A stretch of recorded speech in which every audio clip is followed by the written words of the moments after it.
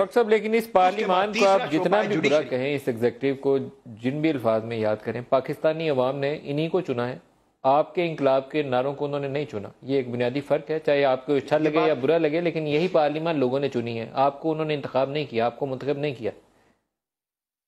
ٹھیک ہے، آپ کے سوال کو بھی میں اپریشیٹ کرتا ہوں، میں تائید کرتا ہوں.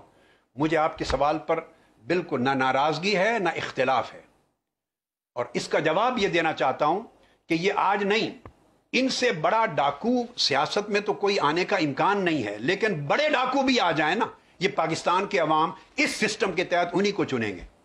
عوام کو شعور نہیں دیا گیا. جب قوم کو آپ بنی اسرائیل بنا کے رکھ دیں تو بنی اسرائیل فرعون کے ساتھ بھی خوش تھی، سجدہ کرتے تھے، وہ ان کے بیٹوں کو ذبح کرتا تھا، بچیوں کے ساتھ بدمعاشی کرتا تھا. بنی اسرائیل کبھی آواز نہیں اٹھاتے تھے.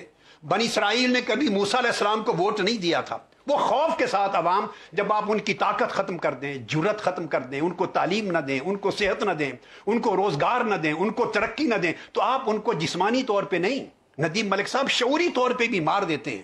مینٹلی بھی آپ ان کو بالکل فنا کر کے مفلوج کر کے رکھ دیتے ہیں. تو جب ووٹ کا ٹائم آتا ہے، وہ نظریے کے لیے ووٹ نہیں دیتے. آپ پاکستان کے عوام خارجہ پالیسی کے لیے ووٹ نہیں دیتے. پاکستان کی سالمیت اور خود مختاری کا تحفظ کون کرے گا، اس کے لیے ووٹ نہیں دیتے. اہل کون ہے پاکستان کے اقتدار کا، اس کے لیے ووٹ نہیں دیتے. ہمسایہ ملکوں میں پاکستان کے مقام کو بلند کون کرے گا، اس لیے ووٹ نہیں دیتے. خارجہ پالیسی، تعلیم کی پالیسی، ہیلتھ پالیسی، یہ کون چلائے گا، اس لیے ووٹ نہیں دیتے. وہ ووٹ دیتے ہیں کہ ان کی برادری کو پیسہ کون دے رہا ہے، کتنے کروڑ ملے ہیں، ان کی نالیاں کس نے بنائی ہیں، ان کی گلیاں کس نے بنائی ہیں، ان کی روزگار نوکریاں کس نے دی ہیں. بس ایک لمحے کے لیے اب ووٹ کے نام پہ اس قوم کو ایک کاروبار ملتا ہے. ایک لمحے کے لیے ان کو پتا ہے یہ بے ایمان ہے، کسی نے کچھ نہیں دینا، جو کچھ اس وقت نکلتا ہے لے لو، بس پیسے چلتے ہیں. آپ گواہ ہیں خود اس بات کے، موٹر سائیکل لگتے ہیں، اربوں روپے کی کرپشن ہوتی ہے. اسی وجہ سے تو ایک الیکشن کروڑوں اور اربوں تک جا پہنچا ہے.